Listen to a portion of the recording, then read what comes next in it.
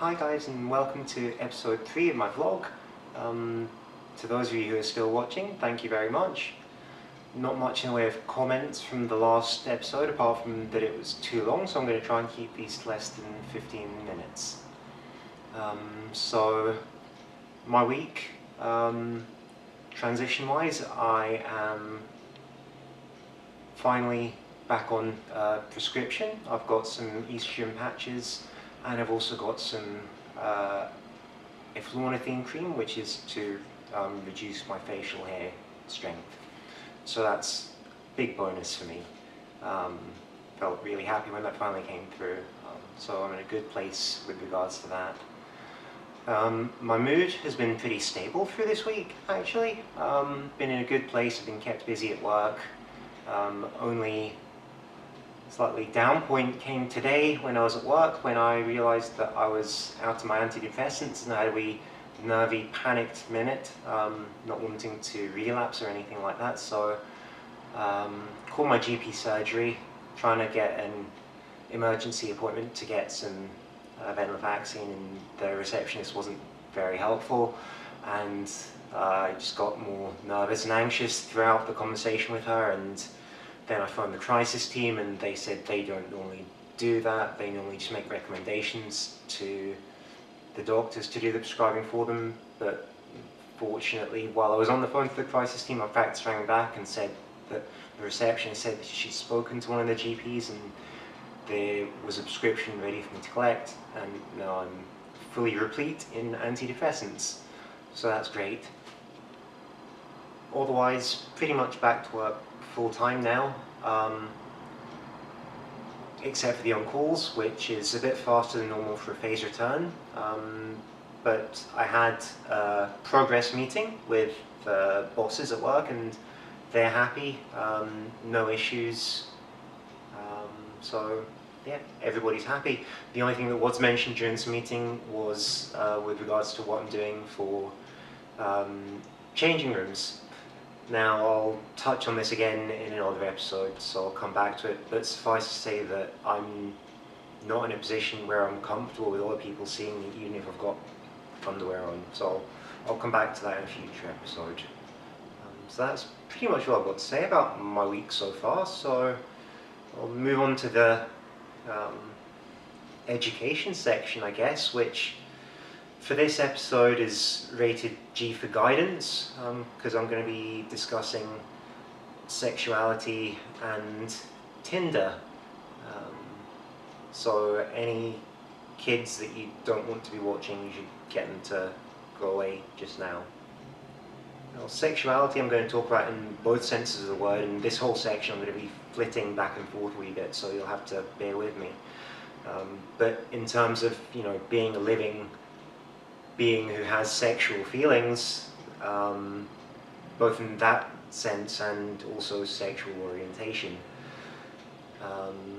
Now, I don't know whether this is representative of transgender people everywhere, but it's generally expected that you will feel disgust towards thinking of yourself as a sexual being and not be interested at all. And the assumption from medical professionals, from counsellors, even the counsellors that I've dealt with at the private gender clinic, is that I am now a straight woman. I was attracted to men before, yeah, I'm still attracted to men now, but I was also attracted to women before, and I'm still attracted to women now. Now I know that biochemistry and neurochemistry are strange things, but I can't foresee that changing. So why the assumption that I would continue being attracted to men but stop being attracted to women, I don't know. My feelings towards sex, intimacy, I don't know, I miss bits of intimacy, but I don't see myself being intimate with anybody while I feel so uncomfortable about myself right now.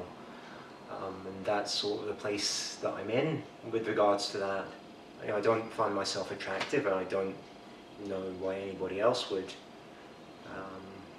So moving on to orientation. Now, obviously, we live in a heteronormative society, and everybody is assumed to be heterosexual until proven otherwise, or assumed otherwise. If somebody is a particularly effete male or butch woman, then they are assumed to be homosexual.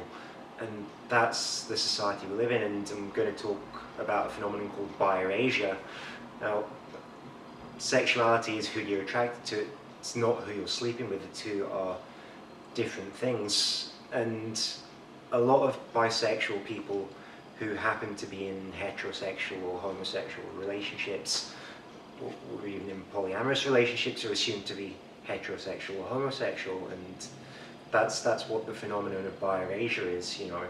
While I was married to my wife, I'm sure most people who didn't know my previous sexual history would have assumed that I was a heterosexual man, and both of those are false.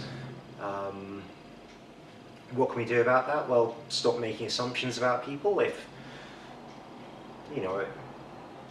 it's safest not to make assumptions. If you're not in a position where you know this person well enough to ask, then don't ask because it's a personal question. But if it's a particularly close friend, or if they volunteer this information to you, then treat it in a sensitive manner that is becoming of your relationship with the person. And that's all I want to say about that.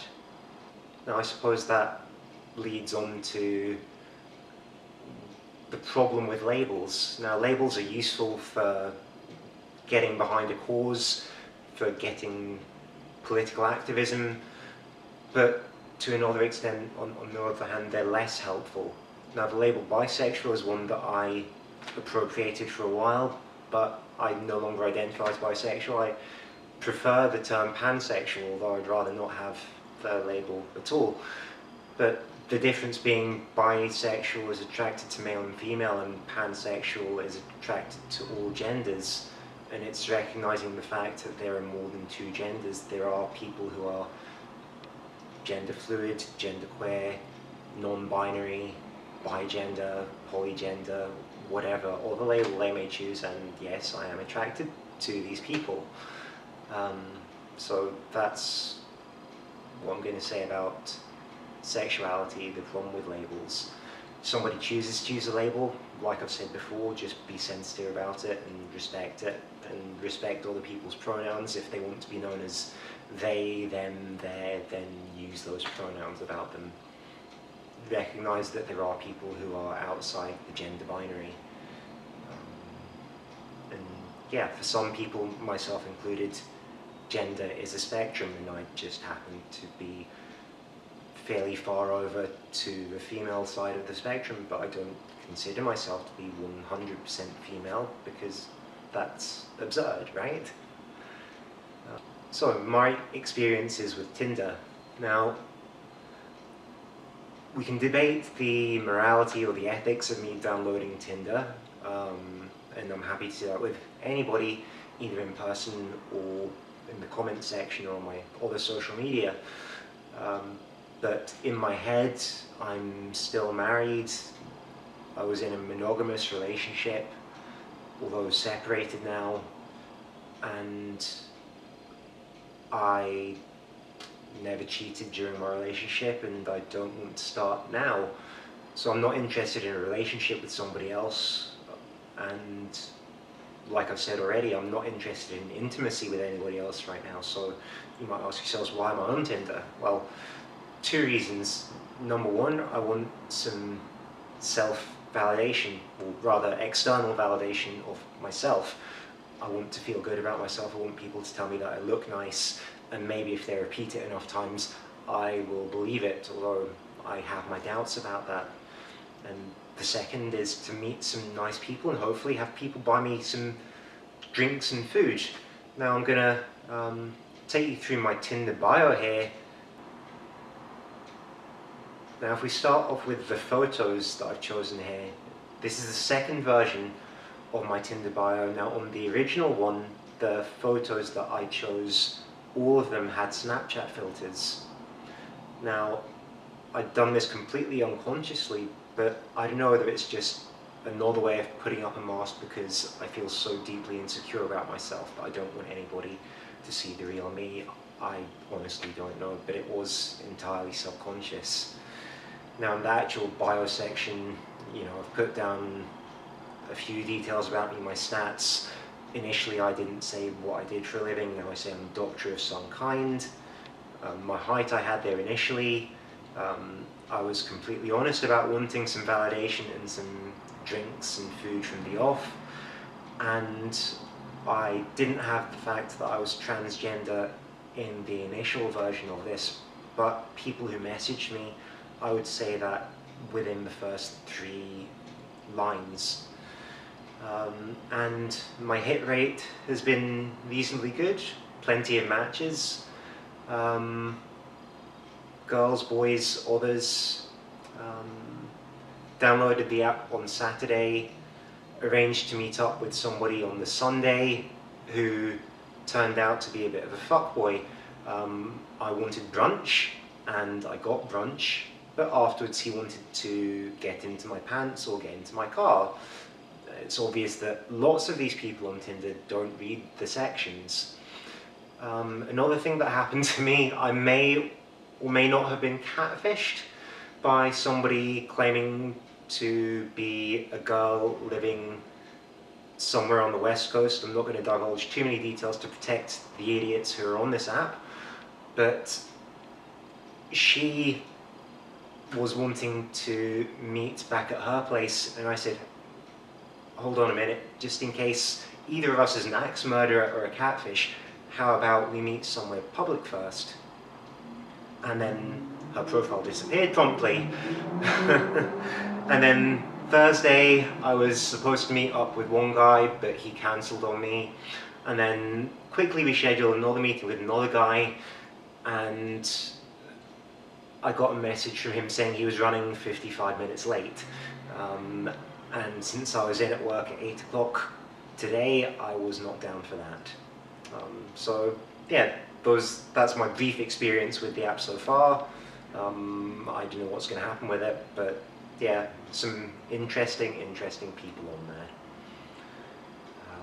So don't think I've really got much else to say this week, so I'll try and keep them as short as this next week if I can, but thanks for watching guys, bye for now.